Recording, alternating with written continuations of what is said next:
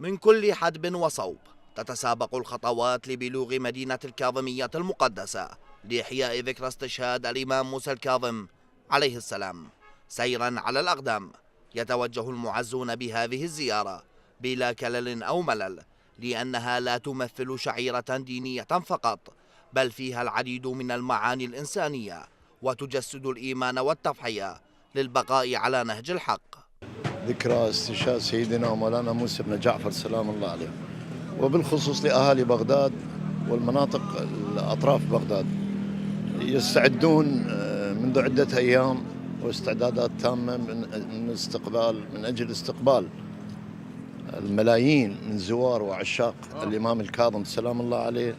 على طول الطريق نحو الكاظمية المقدسة تتراصف المواكب الحسينية، ويتسابق أصحابها لخدمة الزائرين، طعام وشراب، خدمات طيبة تجسد وحدة الصف الوطني والتكافل الاجتماعي والمحبة والسلام. الحمد لله نجاح الزيارة يعني أكثر سنة عن سنة أفضل، يعني نجاح الزيارة أمنيا وخدميا. ليس الطريق وحده من يجمع الزائرين، بل روح التعاون التي تظهر في كل خطوة توثقها عدسة عراق الحدث، كأن الطريق دربا واحدا نحو الخير في عراق يحتضن الجميع. مولاي بحرصنا احنا ننجح على الزيارة، نداريهم للزوار، نداري ما يخليه يطلع الا يطب ياكل، وهي هاي زيارة للفقير، يعني من الفقير هم ما شاء الله هم ياكل وهذا، والحمد لله والشكر. عند الوصول إلى مدينة الكاظمية المقدسة، حيث تعانق مآذنها الذهبية عنان السماء، ينسى الزوار تعب الطريق.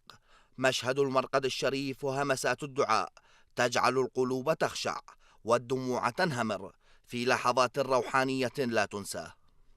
هي العاصمة بغداد تتوشح بالسواد مجددا مع ذكرى استشهاد الإمام الكاظم عليه السلام.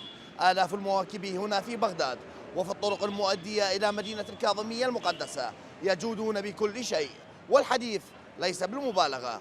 حيدر نبيل، عراق الحدث، بغداد.